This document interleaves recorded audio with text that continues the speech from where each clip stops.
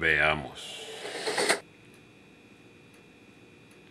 En el video anterior, la parte 3 de este tercer episodio de la segunda temporada de Trascendamos el Podcast, cubrimos el recorrido desde la destrucción de Jerusalén y su templo hasta el momento exacto del inicio de la diáspora o exilio judío, entregando para ustedes la mayor cantidad de datos puntuales que nos ha sido posible hallar en nuestra indagatoria respecto a los hechos que sucedieron en ese periodo.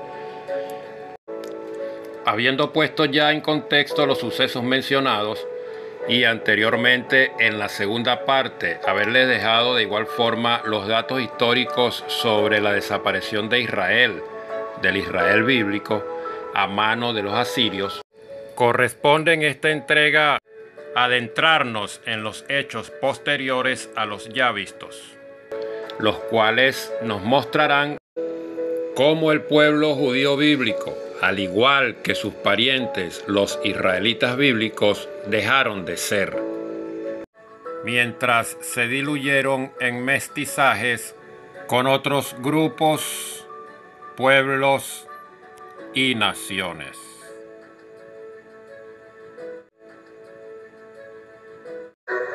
Con elocuencia y veracidad, indagatoria exhaustiva y tenacidad.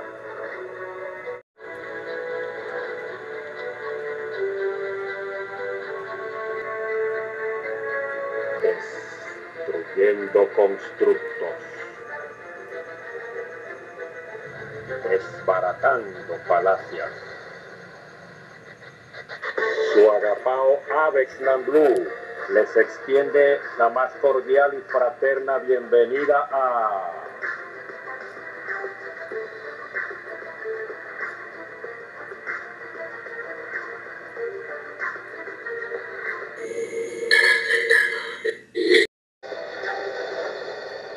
el podcast.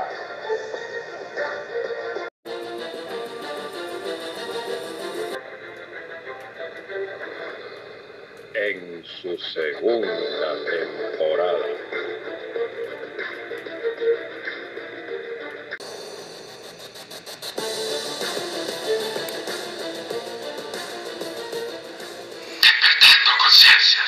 Y no dejes de apoyar este proyecto con un like y tu suscripción. Suscríbete, agapao.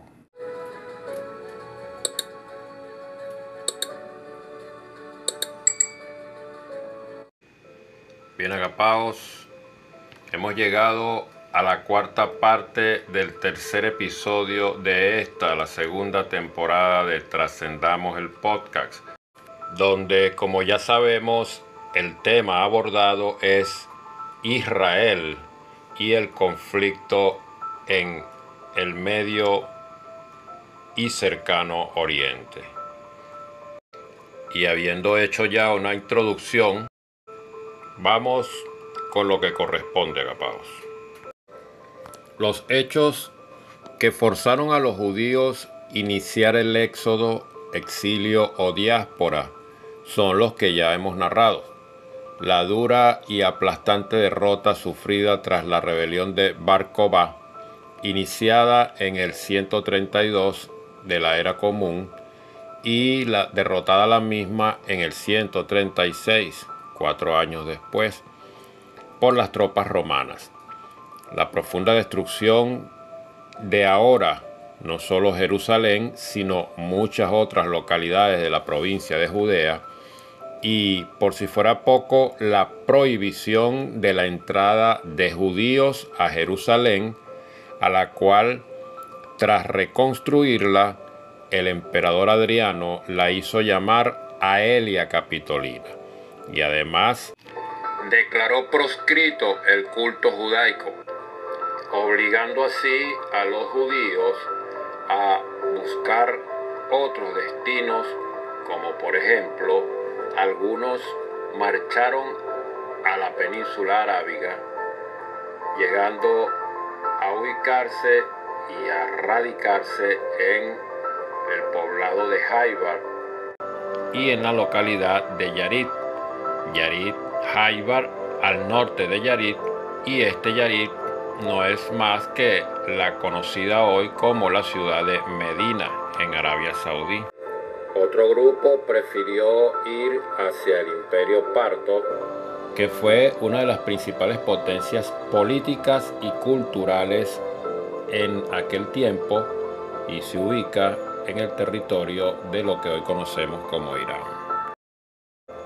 Una buena cantidad descendió hasta el Egipto Ptolomaico, llegando a alcanzar en su momento 250.000 de judíos habitantes residentes en la ciudad de Alejandría. Vasta también fue la cantidad que partió a otros destinos dentro de los territorios del propio Imperio Romano, llámese a Europa. Algunos traspusieron incluso las fronteras del imperio, yendo mucho más allá del Imperio Romano, por supuesto. Las políticas romanas se intensificaron y con ello profundizaron cada vez más la dispersión de la población judía y su asimilación en diferentes culturas, como ya hemos visto. Han partido para diferentes destinos: norte de África, Arabia Saudita, Imperio Arsácida. ¡Oh, qué casualidad! Lo que hoy es Irán. Y como resultado, pues, es evidente que la población judía que quedó habitando en los territorios de la provincia de Judea fue realmente muy minúscula. Sumémosle a ello el hecho de que la política romana fue despoblar la provincia de Judea de su propia población, sin olvidar cómo siglos atrás los ahora expulsados se apropiaron de la misma, que estaba habitada por sus habitantes originarios o al menos mucho más antiguos pobladores, por ejemplo los cananeos, fereceos, jebuseos, entre otros. No sé por qué me da la impresión de que al parecer estamos ante un déjà vu que se ha repetido varias veces. Pues de la misma manera, en aquel momento los romanos hacían lo propio con ellos, lo cual deja claro que la muy poco numerosa población judía que, como pudo, yéndose supongo a los lugares más descuidados por los romanos para poder quedarse y seguir siendo habitantes de Judea, años y décadas más tarde, estos, al igual que los que se vieron forzados a partir, también se entremezclaron en uniones conyugales y por consiguiente la concepción de hijos, formando así ahora familias mixtas. Y no dejes de apoyar este proyecto con un like y tu suscripción. Suscríbete, agapao.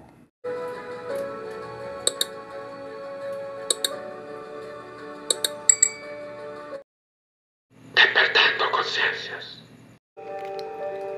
Así es que esto, agapaos, me parece que explica de la forma más clara y explícita cómo hasta acá aquella estirpe que, como se nos ha vendido la narrativa, el constructo de ingeniería social usando todos los medios, textos disque sagrados, por favor, historias narradas a conveniencia, cronologías trastocadas y, por sobre todo, genealogías completamente tergiversadas e inventadas.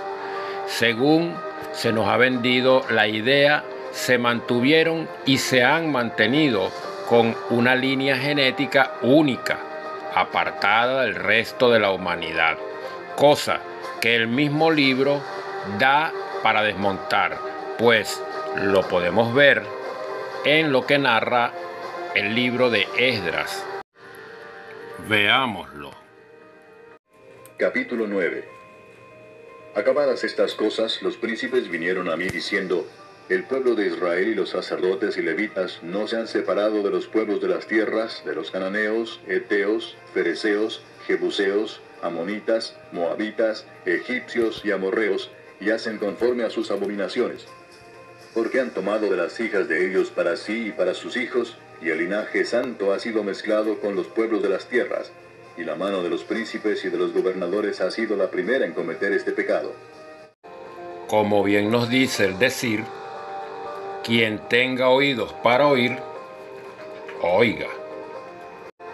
Definitivamente, al transcurrir los años, las décadas y los siglos, el gentilicio judaíta, tal como el israelita, fueron difuminados. Hubo, como es normal, mestizaje, solo que en lo que sí, de alguna manera, por las razones de la fe, lograron mantener a flote fue el dogma, la religión, el judaísmo, que es lo que sí da, pudiera decirse, identidad de alguna manera a los que en tiempos postreros y modernos se conoce como judíos. Pero sigamos porque hay más. Y no dejes de apoyar este proyecto con un like y tu suscripción. Suscríbete, agapao.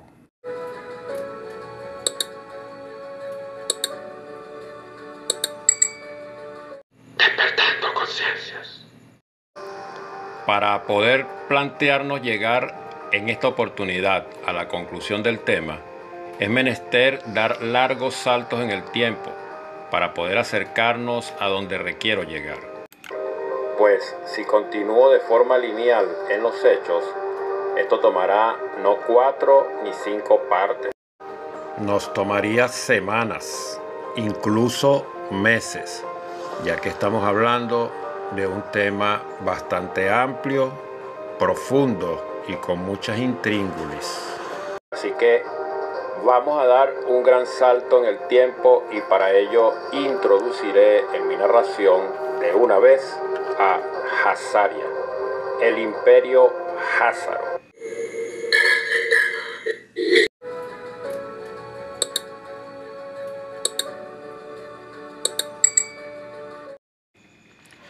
Bueno, agapaos, esto es definitivamente para los que amamos la investigación y nos gusta llegar al hueso de los temas. Así que póngase lo más cómodo que le sea posible y procure no dejarse distraer por nada, porque esto se pone muy interesante. Podría decirles que vamos a entrar al capítulo más relevante de este asunto, en el que serán disipadas todas sus dudas al respecto. Así que póngase atento que desde acá ingresamos al capítulo crucial, el arrancamáscaras. Vamos a ello. Allá a inicio de los 2000, en los primeros años del presente siglo, en Rusia ha sido publicado un estudio titulado Házaros, en el que han colaborado instituciones como la Academia Rusa de Ciencias y la Universidad Hebrea de Jerusalén.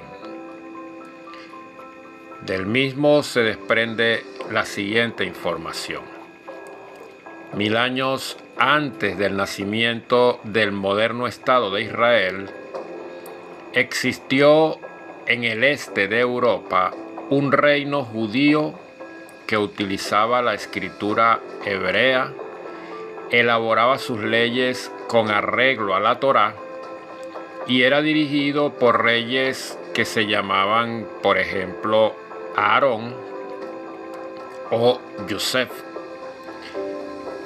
El reino de los házaros contaba con un gobierno bien organizado, usaba la moneda en sus intercambios comerciales y disponía de un ejército permanente. Para la fecha mencionada, se reunieron unos 30 investigadores de la Universidad Hebrea y de la Academia Rusa de Ciencias, supongo que por pares, tal como indica el método científico, y como fruto de su investigación publicaron sus conclusiones sobre este fenómeno histórico, que ha mantenido intrigado a varias generaciones tras siglos de olvido. Abro paréntesis. ¿Y cómo pudo ser olvidada la existencia de un reino como este con tamaña contribución a la civilización europea, me pregunto? Da mucho que pensar, ¿no les parece? Solo cuando no hay conveniencia, información tan relevante como esta se procura mantener subrepticia. Cierro paréntesis y continuamos. El Estado ruso organizó visitas de campo para investigadores, estudiantes y turistas a los lugares de excavación arqueológica, como el de las Colinas Doradas a 70 kilómetros de Rostov, con el fin de financiar y dar a conocer el trabajo en torno al pueblo házaro. Una de las más importantes conclusiones de los expertos fue que, lejos de lo que se pensó durante mucho tiempo, no fueron solo la casa real y la nobleza de Hazaria las que se convirtieron al judaísmo, sino que esta religión se extendió por las capas populares hasta llegar a ser mayoritaria, dándose el fenómeno de que, aun siendo el cristianismo y el islam creencias con mayor alcance, acá el judaísmo logró ser la de mayor cobertura y aceptación en la población general. Esta vino a ser una situación paralela y a su vez contrastante con la experiencia de España, donde también estas tres culturas convivieron, solo que en este caso la religión judía siempre fue minoritaria en España y en cualquier otro lugar, pero en Hazaria fue predominante. Y no dejes de apoyar este proyecto con un like y tu suscripción. Suscríbete, agapao.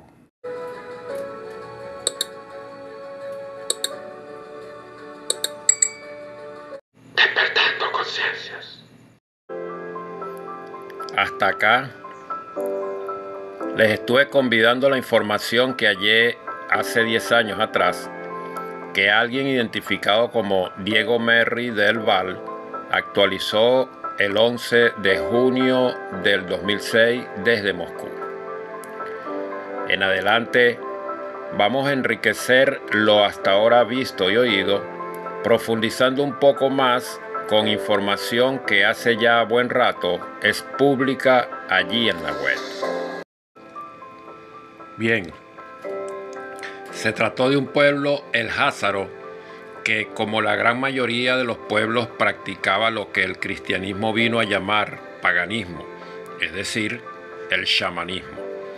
Su historia primitiva se encuentra envuelta en el misterio, pero se ha logrado establecer que entre 550 y 630 de la era común formaron parte del llamado Kaganato turco occidental, y tras la desintegración de este imperio, como pueblo independiente formaron un reino o kanato, que en su máxima extensión ocupó lo que hoy es la parte oriental de Ucrania, también lo que hoy es Crimea, la parte occidental de Kazajstán, Uzbekistán y el sur de lo que vino a ser Rusia.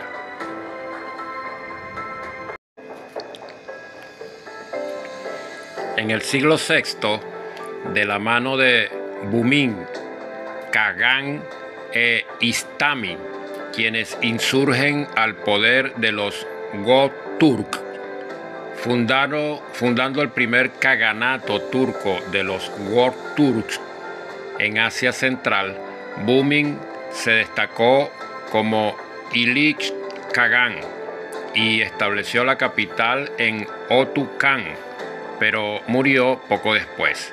Rápidamente extendieron el kaganato conquistando territorios de los heftalitas como Kiktan y Kirguiz. Estamos hablando de lo que hoy es Kirguizistán. Istami, hermano de Bunin, hizo alianza con el imperio sasánida para derrotar a los heftalitas.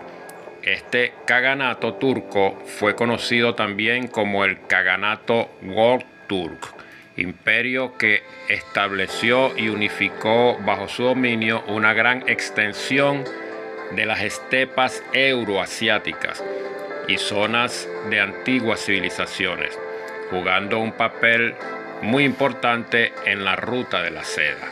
Los heftalitas, también conocidos como los hunos blancos, fueron un pueblo nómada que floreció en Asia Central entre los siglos V y VIII de la Era Común, específicamente en Bactria, Tokhtaristán, ubicada entre Sogdiana y el Hindu Kush.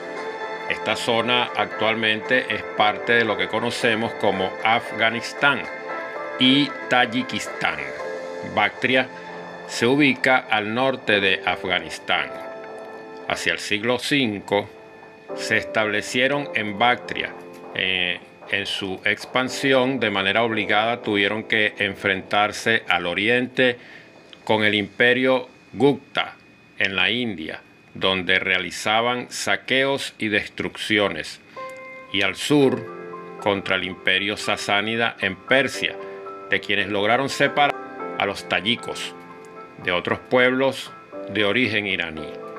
Es decir, lograron arrebatar por lo menos a un grupo étnico de los que conforman la nación iraní. Los házaros fueron un pueblo turco que emergió de la desintegración del Kanato turco occidental. El imperio házaro surgió aproximadamente a mediados del siglo VII de la Era Común y se sostuvo hasta mediados del siglo X de la Era Común. Aprovecharon el vacío de poder que se dio con la desintegración del Kaganato turco y establecieron su propio reino, expandiéndose por la región del Cáucaso y el Mar Negro.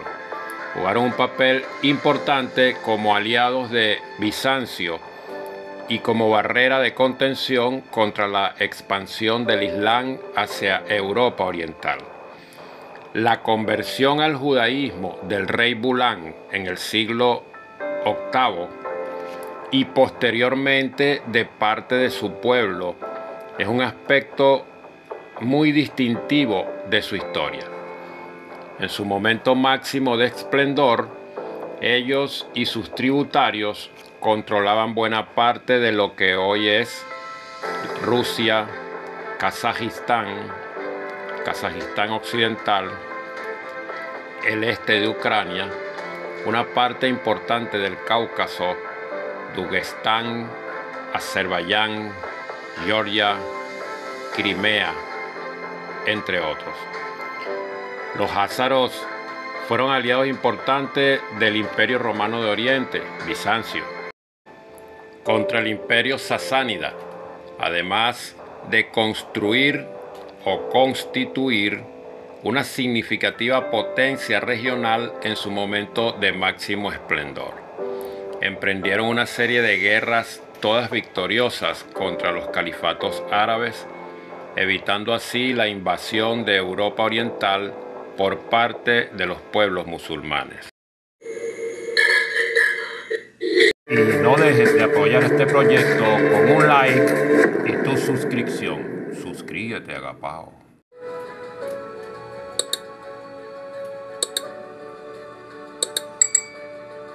Despertando conciencias.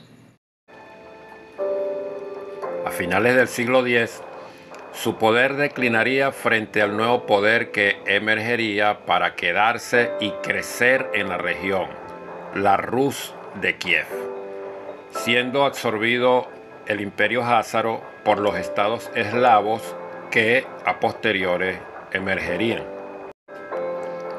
Aunque algunos restos de la población házara sobrevivieron en la región, el imperio como entidad política desapareció.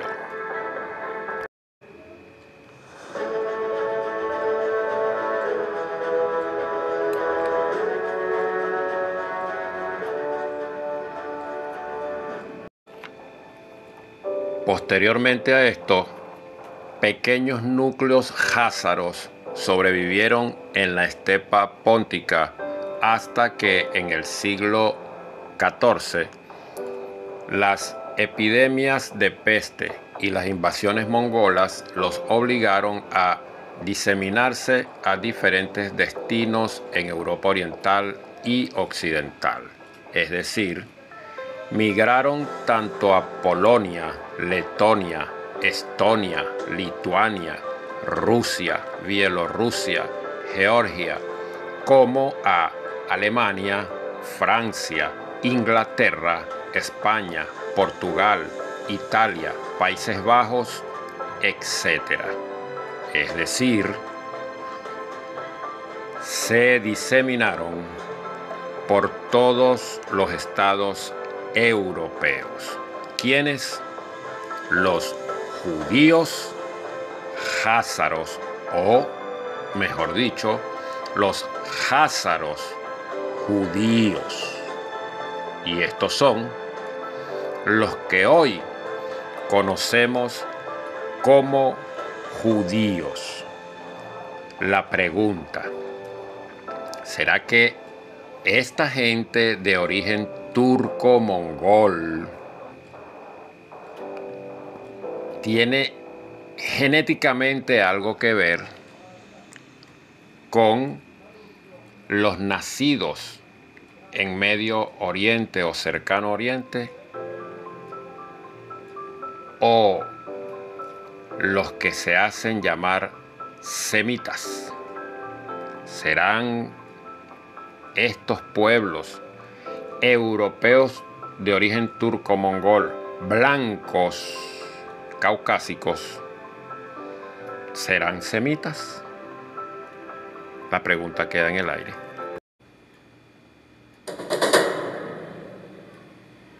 Ha llegado el momento de cerrar, de determinar la conclusión del tema. Después de todo el bagaje de información fidedigna y fácilmente comprobable, la cual, evidentemente, como a toda verdad, no le va a faltar quienes, con teorías infundadas, refutando lo irrefutable, siempre salgan, obviamente, movidos por los más bajos y pérfidos motivos, a inventar, a tergiversar en lo que y para lo que son excelentes esgrimistas de la lengua, diciendo nada menos que verdaderas barbaridades. Sin embargo, Agapao, tú, que comprendiste lo relevante de este asunto, tú, que movido por tanta confusión, hiciste lo correcto, sumergirte a lo más profundo de lo que me tomé la ardua tarea de compilar para ti en estas 4 partes o presentaciones de el tercer episodio de la segunda temporada de Trascendamos el Podcast, las cuales se conjugan en 117 minutos, es decir, casi 2 horas de información detallada y bien puntual, pero mucho más importante, rigurosamente documentada. A ti te invito a que saques ahora tus propias conclusiones. Aún así, no te privaré de conocer la mía. Primero, En la primera parte de este tercer episodio vimos lo que ya el mundo entero sabe. ¿Cómo y quién? La madrugada del viernes 13 del sexto mes del presente año atacó de manera artera e inesperada la ciudad de Teherán, asesinando a toda la cúpula del generalato de la Guardia Revolucionaria iraní, a varios altísimos científicos del programa nuclear de ese país y a sus familiares. Además, a otros ciudadanos, a eso que ellos le llaman, tal como el resto de sus hermanos, daño colateral. Por cierto, Irán está, o estuvo, mejor dicho, hasta ese momento, estuvo bajo la estricta supervisión de la Agencia de Energía Nuclear, que se encarga de supervisar que los programas nucleares de las naciones no persigan fines bélicos. Y el atacante, a su vez, siendo portador de por lo menos unas 300 ojivas nucleares, no ha aceptado y jamás aceptará ser supervisado. Bien, así de justo y de limpio es como juega el llamado Estado de Israel. Segundo, en ese mismo episodio, en el primer video, la primera parte, allí también, o desde allí, comencé a ponerles en contexto, con información tanto bíblica como de investigación secular, cómo el pueblo de Israel, el de la Biblia, sencillamente desapareció. Sí, en el mestizaje que se vieron obligados a practicar tras la expulsión de la tierra de Canaán, que es, por cierto, el nombre original y verdadero de esa tierra. En el segundo video, la segunda parte, vimos cómo ahora el pueblo judío o judaíta, el bíblico, corrió la misma suerte, comenzando con el exilio al cual los sometió Nabucodonosor II, llevándolos cautivos a Babilonia, y demostramos cómo los que después de 7 décadas regresaron con el permiso de Ciro el Grande de Persia, ya evidentemente no eran judaítas, sino, por supuesto, babilonios, pues los que salieron 70 años antes, contando con, por ejemplo, entre 35 a 45 años de edad, 70 años después, ya tendrían entonces entre 105 a 115 años. Es decir, los pocos que alcanzaron esa edad difícilmente regresarían. Los que sí regresaron fueron los hijos de sus hijos, es decir, nietos, bisnietos y tataranietos, nacidos y crecidos en Babilonia, por ende, ciudadanos babilonios. Solo que entre algunos, porque nunca tampoco todo el pueblo judío o israelita fue devoto de su religión. Muchos adoraban otras deidades y simplemente otros no practicaban la religión, lo que podríamos denominar como ateos. Sin embargo, no negaremos que aún en buena parte de ellos pervivió el arraigo religioso, pero en honor a la verdad, eran babilonios. De hecho, el calendario llamado judío es uno de los más claros testigos de lo que digo. Búsquelo y lo notará. Tercero, en tiempos romanos, los cuales abordamos en los últimos 6 minutos de la segunda parte, y los casi 25 minutos del tercer video, el anterior a este, dejamos prístinamente demostrado cómo también los judaítas corrieron la misma suerte que sus parientes los israelitas de la Biblia. Ambos pueblos claramente se diluyeron en el mestizaje. Y 4. Acabamos de despejar con toda claridad en el desarrollo de este video, la cuarta y última parte, cómo los que en tiempos modernos se han hecho llamar judíos, lo son sí, pero solo por ser conversos practicantes de la religión judía. No, y de ninguna manera, ni posibilidad alguna, por vínculo genético. No porque lo afirme quien les habla, sino porque ha sido exhaustivamente demostrado por la arqueología, la historia y la paleontología, por cierto, desde las entrañas de las mismas cátedras de universidades como la Hebrea de Jerusalén y la Universidad de Tel Aviv, entre otras. Solo una especialidad, a lo cual, si usted quiere llamar disciplina, yo tengo claro que no lo es, la teología, es la única, y eso solo los teólogos que no se apegan a la información veraz expuesta por estas tres disciplinas que ya mencioné, aún persisten con algo que más que fe es simplemente un capricho, o en el peor de los casos, la más crasa y renegada ignorancia.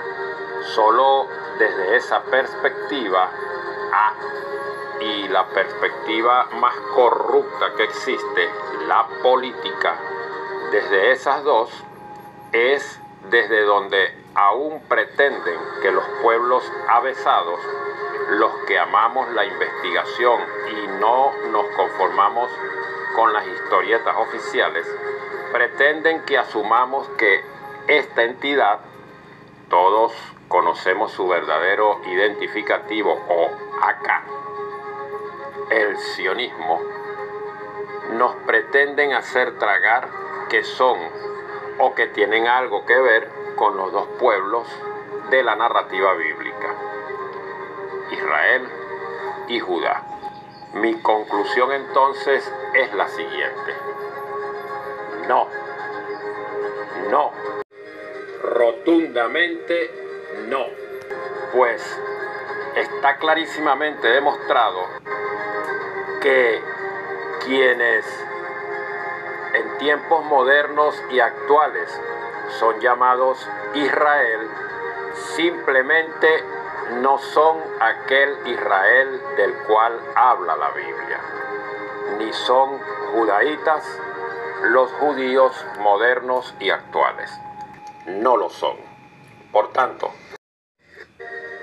no tienen nada que hacer en la tierra de Canaán que no sea lo que desde hace ya 77 años hoy han estado haciendo, usurpando, practicando el latrocinio, todo tipo de violaciones y la aniquilación administrada por etapas contra el pueblo originario, el que, por cierto, sí, es verdaderamente semítico, el pueblo palestino. Así cierro y termino el tercer episodio de la segunda temporada de Trascendamos el Podcast. Y sin más, me despido como siempre con un fuerte y fraterno combrazo para cada uno. Agradecido de ti que me acompañaste hasta acá. En la descripción y en el primer comentario fijado dejaré la mención honorífica para los que corresponde. Tupananchis Cac, Hasta la próxima.